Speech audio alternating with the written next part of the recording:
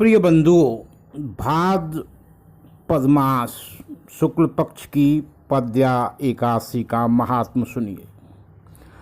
युधिष्ठिर ने पूछा, केशव, भाद्रपद मास के शुक्ल पक्ष में जो एकादशी होती है उसका क्या नाम है, कौन देवता हैं और कैसी विधि है, यह बताइए। भगवान श्री कृष्ण बोले, राजन, इस विषय में मैं तुम्हें आश्चर्यजनक कथा सुनाता हूँ जिसे ब्रह्मा जी ने महात्मा नारद से कहा था। नारद ने पूछा, चतुर्मुख, आपको नमस्कार है। मैं भगवान विष्णु की आराधना के लिए आपके मुख से यह सुनना चाहता हूँ कि भाद्रपद मास के शुक्ल पक्ष में कौन सी एकादशी होती है। ब्रह्मा जी ने कहा, मुनि श्रेष्ठ, तुमने बहुत उत्तम बात पूछी है। क्यों न हो, वैष्णव जो ठहरे। भादों के शुक्ल पक्ष की एकादशी पद्या के नाम से विख्यात है। उस दिन भगवान ऋषिकेश की पूजा होती है। यह उत्तम व्रत अवश्य करने योग्य है। सूर्यवंश में मांधाता नामक एक चक्रवर्ती सत्य प्रतिज्ञ और प्रतापी राजर्षि हो गए हैं। वे प्रजा का अपने औरस पुत्रों की भांति धर्मपूर्वक पालन किया करते थे।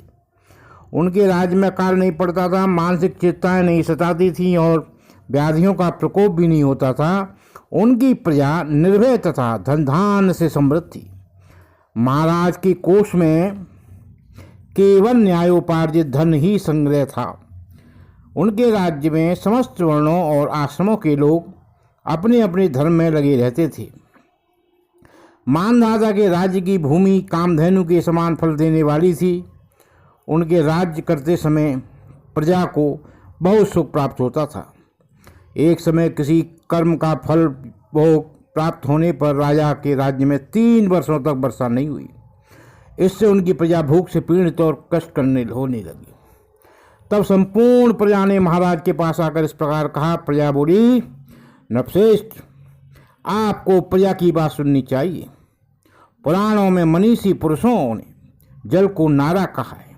वह नारा ही भगवान का आयन निवास स्थान है, इसीलिए वे नारायण कहलाते हैं। नारायण स्वरूप भगवान विष्णु सर्वत्र व्यापक रूप से विराजमान हैं। वे ही मेघ स्वरूप होकर वर्षा करते हैं। वर्षा से अन्न पैदा होता है और अन्न से प्रजा जीवन धारण करती है। नरश्रेष्ठ, इस प्रकार अन्न के बिना प्रजा का नाश हो रहा है। अतः ऐसा कोई उपाय कीजिए जिससे हमारे योगक्षेम का निर्वाह हो। राजा ने कहा, आप लोगों का कथन सत्य है, क्योंकि अन्न को ब्रह्म कहा गया है। अन्न से प्राणी उत्पन्न होते हैं और अन्न से ही जगत जीवन धारण करता है। लोक में बहुधा ऐसा सुना जाता है तथा पुराण में भी बहुत विस्तार के साथ ऐसा वर्णन है कि राजाओं के अत्याचार से प्रजा को पीड़ा होती है। पर जब मैं बुद्धि के विचार करता हूँ तो मुझे अपना किया हुआ कोई अपराध नहीं दिखाई देता। फिर भी मैं प्रजा का हित करने के लिए पूर्ण प्रयत्न करूँगा। ऐसा निश्चय करके राजा मानधाता इन्हीं गिने व्यक्तियों को साथ ले विधाता को प्रणाम करके सघन वन की ओर चल दी। वहां जाकर मुख्य मुख्य मुनियों और तपस्वियों के आश्रमों पर घूमते फिरे। एक दिन उनमें ब्रह्मपुत्र अंगिरा ऋषि का दर्शन हुआ। उन पर दृष्टि पड़ते ही राजा हर्ष से भरकर अपने वाहन से उतर पड़े और इंद्रियों को बस में रखते हुए दोनों हाथ जोड़कर उन्होंने मुनि के चरणों में प्रणाम किया। मुनि ने भी स्वास्थ्य कहकर राजा का अभिनंदन किया और उनके राज्य के 7 अंगों का कुशल पूछी। राजा ने अपनी कुशल बताकर मुनि के स्वास्थ्य का समाचार पूछा। मुनि ने राजा को आसन और अर्घ्य दिया। उन्हें ग्रहण करके जब वे मुनि के समीप बैठे तो उन्होंने इनके आगमन का कारण पूछा। तब राजा ने कहा, भगवान, मैं धर्मानुकूल प्राणियों की पृथ्वी का पालन कर रहा था, फिर भी मेरे राज्य में वर्षा का अभाव हो गया। इसका क्या कारण है, इस बात को मैं नहीं जानता।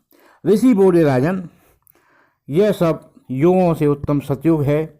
इसमें सब लोग परमात्मा के चिंतन में लगे रहते हैं तथा इस समय धर्म अपने चारों चरणों से युक्त है। इस युग में केवल ब्राह्मण ही तपस्वी होते हैं, दूसरे लोग नहीं। किंतु महाराज, तुम्हारे राज्य में यह शुद्ध तपस्या करता है, इसी कारण मेघ पानी नहीं बरसाते। तुम इसके प्रतिकार का यत्न करो जिससे यह अनावृष्टि का दोष शांत हो जाए। राजा ने कहा, मुनिवर, यह तो तपस्या में लगा हुआ है, दूसरे निरपराध है, अतः मैं इनका अनिष्ट नहीं करूँगा। आप उक्त दोष को शांत करने वाले किसी धर्म का उपदेश कीजिए। ऋषि बोले, राजन, ऐसी बात है तो एकादशी का व्रत करो। भाद्रपद मास के शुक्ल पक्ष में जो पद्या नाम से विख्यात एकादशी होती है, उसके व्रत के प्रभाव से निश्चय ही उत्तम वृष्टि होगी। नरेश, तुम अपनी प्रजा और परिजनों के साथ इसका व्रत करो। ऋषि का यह वचन सुनकर राजा अपने घर लौट आए। उन्होंने चारों वर्ण की समस्त प्रजाओं के साथ भादों के शुक्ल पक्ष की पद्या एकादशी का व्रत किया। इस प्रकार व्रत करने पर मेघ पानी बरसने लगी, पृथ्वी से आप्लावित हो गई और भरी भरी हरी खेती से सुशोभित होने लगी। उस व्रत के प्रभाव से सब लोग सुखी हो गए। भगवान श्री कृष्ण कहते हैं, राजन, इस कारण इस उत्तम व्रत का अनुष्ठान अवश्य करना चाहिए। पद्या एकादशी के दिन जल से भरे हुए घड़े को वस्त्र से ढककर दही और चावल के साथ ब्राह्मण को दान देना चाहिए। साथ ही छाता और जूता भी देना चाहिए। दान करते समय निम्नलिखित मंत्र का उच्चारण करें। बुधवार को श्रवण नक्षत्र के योग से युक्त द्वादशी के दिन बुद्ध श्रवण नाम धारण करने वाले भगवान गोविंद, आपको नमस्कार है, नमस्कार है। मेरी पाप राशि का नाश करने के आप मुझे सब प्रकार के सुख प्रदान करें। आप पुण्यात्मा जनों को भोग और मोक्ष प्रदान करने वाले तथा सुखदायक हैं। राजन, इसके पढ़ने और सुनने से मनुष्य सब पापों से मुक्त हो जाता है। बोलिए पद्या एकादशी की जय, श्री कृष्ण महाराज की जय।